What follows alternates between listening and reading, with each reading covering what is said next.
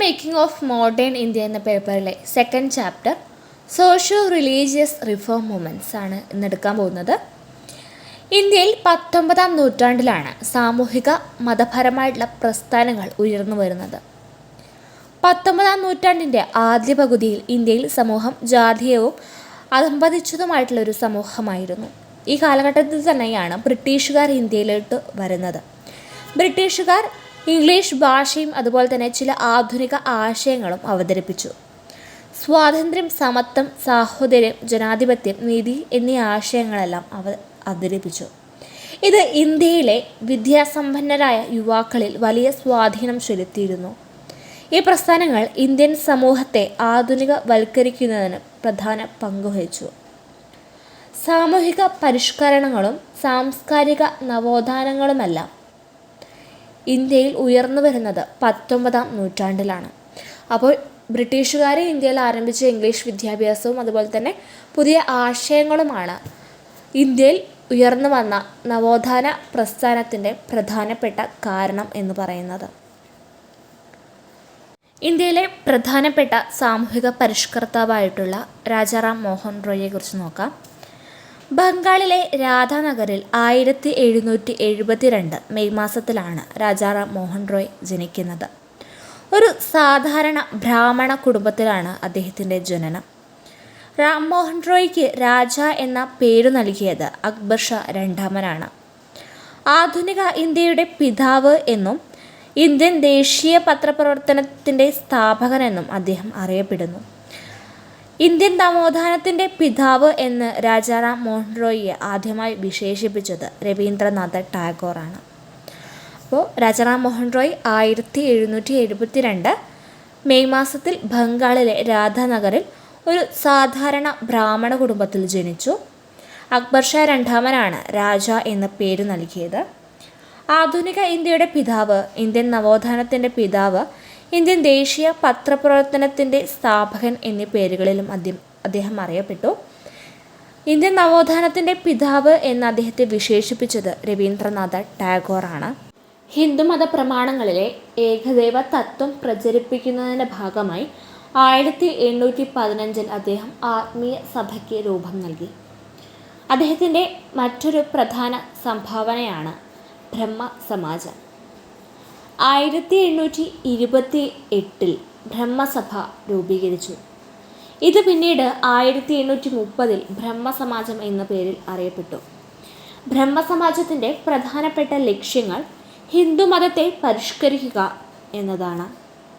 മറ്റു ലക്ഷ്യങ്ങൾ ഏകദൈവ പ്രചരണം, എല്ലാ മതത്തിൽപ്പെട്ടവർക്കും പ്രവേശനം എന്നിവയെല്ലാമാണ്. ബംഗാളി പത്രമായ സംവാദ് കൗമുദിയാണ് ബ്രഹ്മസമാജത്തിൻ്റെ പ്രചരണാർത്ഥം ആരംഭിച്ച പ്രസിദ്ധീകരണം. ഇതിൻ്റെ ആദ്യ പത്രാധിപനാണ് രാജാറാം മോഹൻ റോയ്. 1828 ബ്രഹ്മസഭ രൂപീകരിക്കുന്നത്. പിന്നീട് 1830 ഇത് ബ്രഹ്മസമാജമായി മാറ്റപ്പെട്ടു. ബ്രഹ്മസമാജത്തിൻ്റെ പ്രധാനപ്പെട്ട ലക്ഷ്യം എന്ന് പറയുന്നത് ഹിന്ദുമതത്തെ പരിഷ്കരിക്കുക എന്നതാണ്. അദ്ദേഹത്തിൻ്റെ ആദ്യത്തെ പത്രമാണ് സംവാദ് കൗമുദി. ഇതിൻ്റെ ആദ്യത്തെ പത്രാധിപനും രാജാറാം മോഹൻ റോയ് ആണ്. എന്നാൽ പിന്നീട് അദ്ദേഹത്തിൻ്റെ മരണശേഷം ഏകദേശം 1866 കൂടി സംവാദ് കൗമുദി രണ്ടായി പിളർന്നു. ആദി ബ്രഹ്മസമാജവും ഇന്ത്യൻ ബ്രഹ്മസമാജവും. ആദി ബ്രഹ്മസമാജത്തിന് നേതൃത്വം നൽകിയത് ദേവേന്ദ്രനാഥ ടാഗോറാണ്. അതുപോലെ ഇന്ത്യൻ ബ്രഹ്മസമാജത്തിന് നേതൃത്വം നൽകിയത് കേശവ ചന്ദ്ര സെന്നാണ്. എന്നാൽ പിന്നീട് 1878 ആയപ്പോഴേക്കും കേശവ ചന്ദ്ര സെന്നിൻ്റെ വിമർശകനായിട്ടുള്ള ആനന്ദ മോഹൻ ബോസും ശിവനാഥ് ശാസ്ത്രിയും ചേർന്ന് സാധാരണ ബ്രഹ്മസമാജം സ്ഥാപിച്ചു. 1866 കൂടിയാണ് ആദി ബ്രഹ്മസമാജവും ഇന്ത്യൻ ബ്രഹ്മസമാജവും ആരംഭിക്കുന്നത്. പിന്നീട് 1878 സാധാരണ ബ്രഹ്മസമാജവും ആരംഭിച്ചു. അടുത്തത് വിവേകാനന്ദൻ. ആധുനിക ഇന്ത്യയുടെ നിർമ്മാതാവെന്ന് സുഭാഷ് ചന്ദ്രബോസ് വിശേഷിപ്പിച്ച വിവേകാനന്ദൻ ഇന്ത്യൻ ദേശീയ പ്രസ്ഥാനത്തിൻ്റെ ആത്മീയ പിതാവായി അറിയപ്പെടുന്നു.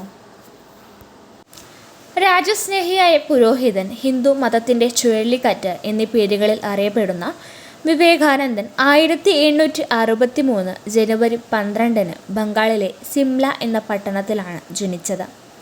അദ്ദേഹത്തിൻ്റെ ബാല്യകാല നാമം നരേന്ദ്രനാഥ് ദത്ത എന്നായിരുന്നു. അദ്ദേഹം തൻ്റെ ഗുരുവായ ശ്രീരാമകൃഷ്ണ പരമഹംസരുടെ മതപ്രബോധനം പ്രചരിപ്പിക്കുന്നതിന് വേണ്ടിയാണ് 1896 രാമകൃഷ്ണ മിഷൻ പ്രചരിപ്പിച്ചത്. ആത്മനോ മോക്ഷാർത്ഥം ജഗത് ഹിതയാ ച എന്നാണ് ഈ പ്രസ്ഥാനത്തിൻ്റെ ആപ്തവാക്യം. 1863 ബംഗാളിലെ സിംല എന്ന പട്ടണത്തിലായിരുന്നു ജനനം. അദ്ദേഹം തൻ്റെ ഗുരുവായ ശ്രീരാമകൃഷ്ണ പരമഹംസരുടെ മതപ്രബോധനം പ്രചരിപ്പിക്കുന്നതിന് വേണ്ടിയാണ് രാമകൃഷ്ണ മിഷൻ 1896 പ്രചരിപ്പിച്ചത്. അടുത്തത് ആര്യ സമാജം. ദയാനന്ദ സരസ്വതിയാണ് ആര്യ സമാജം സ്ഥാപിച്ചത്. 1875 പ്രസ്ഥാനത്തിൻ്റെ ആദ്യ യൂണിറ്റ് ബോംബെയിൽ ആരംഭിച്ചു. 1875കളിലെ സാമൂഹിക അനാചാരങ്ങൾക്കെതിരെ മാറ്റങ്ങൾ കൊണ്ടുവരാൻ ആരംഭിച്ചതാണ് ആര്യ സമാജം. 1875 ഏപ്രിൽ 10 ആരംഭിച്ച ആര്യ സമാജത്തിൻ്റെ ആപ്തവാക്യം എന്ന് പറയുന്നത് ഹൈന്ദവ നവീകരണത്തിലൂടെ ലോകത്തെ മഹത്തരമാക്കുക എന്നതാണ്. ശൈശവവിവാഹം, വിഗ്രഹാരാധന എന്നിവയെ ആര്യസമാജം എതിർത്തു. 10 തത്വങ്ങൾ ആര്യസമാജവുമായി ബന്ധപ്പെട്ടിരിക്കുന്നു. ദയാനന്ദ സരസ്വതിക്ക് ശേഷം ആര്യസമാജത്തിന് നേതൃത്വം നൽകിയിരുന്നത് പണ്ഡിറ്റ് ഗുരുദത്ത്, ലാല ഹാൻസ്, ലാല ലജ്പത് റായ് എന്നിവരായിരുന്നു. ആര്യസമാജത്തിൻ്റെ ബൈബിൾ എന്നറിയപ്പെടുന്ന പുസ്തകം സത്യാർത്ഥ പ്രകാശമാണ്. ഇതിൽ രചിച്ചത് ഹിന്ദി ഭാഷയിലാണ്. സ്വാമി ദയാനന്ദ സരസ്വതിയാണ് സത്യാർത്ഥ പ്രകാശം രചിച്ചത്.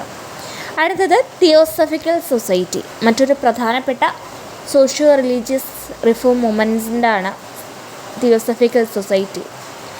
1875 അമേരിക്കയിലെ ന്യൂയോർക്കിലാണ് തിയോസഫിക്കൽ സൊസൈറ്റി ആരംഭിച്ചത്. മാഡം ബ്ലാവറ്റ്സ്കി, കേണൽ ഓൾക്കോട്ട് എന്നിവരാണ് ഇതിൻ്റെ സ്ഥാപകർ. ഇന്ത്യയിൽ തിയോസഫിക്കൽ സൊസൈറ്റി ആരംഭിച്ചപ്പോൾ അതിൻ്റെ പേര് ഇന്ത്യൻ തിയോസഫിക്കൽ സൊസൈറ്റി എന്നായിരുന്നു. 1875 അമേരിക്കയിലെ ന്യൂയോർക്കിലാണ് തിയോസഫിക്കൽ സൊസൈറ്റി ആരംഭിച്ചത്. മാഡം ബ്ലാവറ്റ്സ്കി, കേണൽ ഓൾക്കോട്ട് എന്നിവരായിരുന്നു ഇതിൻ്റെ സ്ഥാപകർ. ഇന്ത്യയിൽ തിയോസഫിക്കൽ സൊസൈറ്റി ആരംഭിച്ചപ്പോൾ അതിൻ്റെ പേര് ഇന്ത്യൻ തിയോസഫിക്കൽ സൊസൈറ്റി എന്നായിരുന്നു. ബ്രഹ്മവിദ്യാസംഘം എന്നീ പേരിലും തിയോസഫിക്കൽ സൊസൈറ്റി അറിയപ്പെടുന്നു. ഇന്ത്യയിലെ തിയോസഫിക്കൽ സൊസൈറ്റിയുടെ ആസ്ഥാനം എന്ന് പറയുന്നത് മദ്രാസിലെ അടയാറാണ്. ഇന്ത്യൻ തിയോസഫിക്കൽ സൊസൈറ്റിയുടെ പ്രമുഖ നേതാവ് ആനി ബസന്റാണ്. ആനി ബസന്റ് വന്നതോടുകൂടി തന്നെയാണ് ഇന്ത്യൻ തിയോസഫിക്കൽ സൊസൈറ്റി അതിൻ്റെ ഉന്നതിയിലെത്തുന്നത്. 1889 തിയോസഫിക്കൽ സൊസൈറ്റിയിൽ ആനി ബസന്റ് അംഗമാവുന്നത്. പിന്നീട് 1907 ഇന്ത്യൻ തിയോസഫിക്കൽ സൊസൈറ്റിയുടെ അധ്യക്ഷയായി മാറി. 1898 ആനി ബസന്റ് ബനാറസിൽ സെൻട്രൽ ഹിന്ദു കോളേജ് സ്ഥാപിച്ചു. ഇത് പിന്നീട് മദൻ മോഹൻ മാളവ്യയുടെ പ്രവർത്തന ഫലമായി ബനാറസ് ഹിന്ദു സർവകലാശാലയായി മാറി. 1875 അമേരിക്കയിലെ ന്യൂയോർക്കിലാണ് തിയോസഫിക്കൽ സൊസൈറ്റി സ്ഥാപിക്കുന്നത്. ബ്രഹ്മവിദ്യാസംഘം എന്ന പേരിൽ അറിയപ്പെടുന്നു. തിയോസഫിക്കൽ സൊസൈറ്റിയുടെ പ്രമുഖ നേതാവാണ് Annie Besant. 1889 Annie Besant theosophical സൊസൈറ്റിയിൽ അംഗമാകുന്നത്. പിന്നീട് 1907 തിയോസഫിക്കൽ സൊസൈറ്റിയുടെ അധ്യക്ഷയായി മാറുകയും ചെയ്തു. അടുത്തത് ജ്യോതിക ഫൂലെയെക്കുറിച്ചാണ് പഠിക്കാൻ പോകുന്നത്. 1877 ഏപ്രിൽ 11 ബോംബെയിലെ പൂനെയിലാണ് ജ്യോതിബ ഫൂലെ ജനിക്കുന്നത്. അദ്ദേഹം മാലി കമ്മ്യൂണിറ്റിയിലായിരുന്നു ജനിച്ചിരുന്നത്. അന്നത്തെ സാമൂഹിക സ്ഥിതി അനുസരിച്ച് ഒരു വ്യക്തി ജനിക്കുമ്പോൾ തന്നെ അവൻ്റെ തൊഴിൽ തീരുമാനിക്കും.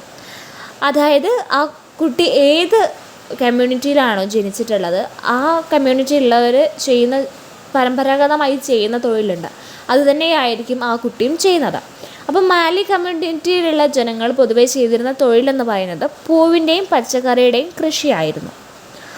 1848 ജ്യോതിബ ഫൂലെ തൻ്റെ ബ്രാഹ്മണ ഫ്രണ്ടിൻ്റെ മാരേജിന് പോയിരുന്ന സമയത്ത് അവിടുന്ന് അനുഭവിച്ച ജാതീയമായിട്ടുള്ള അവഹേളനമാണ് തൻ്റെ ജീവിതം തന്നെ മാറ്റിമറിച്ചത്.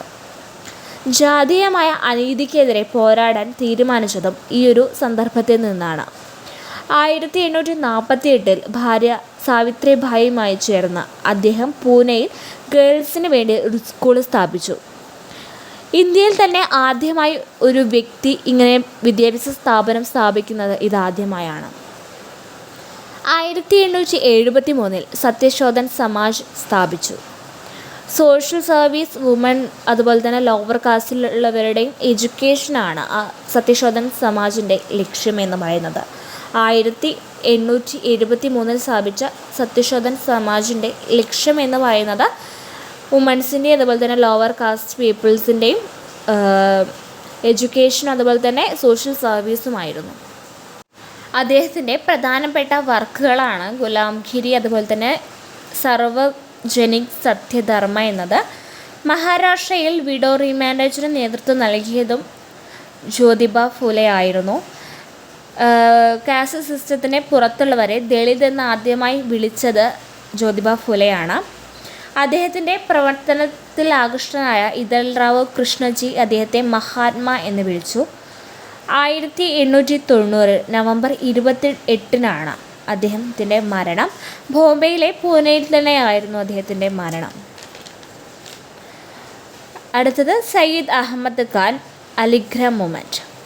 മുസ്ലിം നവോത്ഥാന പ്രസ്ഥാനങ്ങളുടെ സമുന്നത നേതാവാണ് സയ്യിദ് അഹമ്മദ് ഖാൻ. ഇന്ത്യൻ മുസ്ലിങ്ങൾക്കിടയിൽ സയ്യിദ് അഹമ്മദ് ഖാൻ 19-ാം നൂറ്റാണ്ടിൽ ആരംഭിച്ച സാമൂഹിക പ്രസ്ഥാനമാണ് അലിഗർഹ് മൂവ്മെൻറ്റ് എന്ന് പറയുന്നത്. ഇസ്ലാം മതത്തിൻ്റെ ആദ്യ ഗ്രന്ഥം ഖുർആൻ മാത്രമാണെന്നും പിന്നീട് രചിച്ച ഗ്രന്ഥങ്ങളെല്ലാം അപ്രധാനമാണെന്നും ആദ്യമായി പറഞ്ഞ വ്യക്തിയും സയ്യിദ് അഹമ്മദ് ഖാനാണ്. മുസ്ലിം സമൂഹത്തെ പുനരുജ്ജീവിപ്പിക്കാനും മുസ്ലിം സമൂഹത്തിൻ്റെ ബൗദ്ധിക ഉന്നമനത്തിനു വേണ്ടി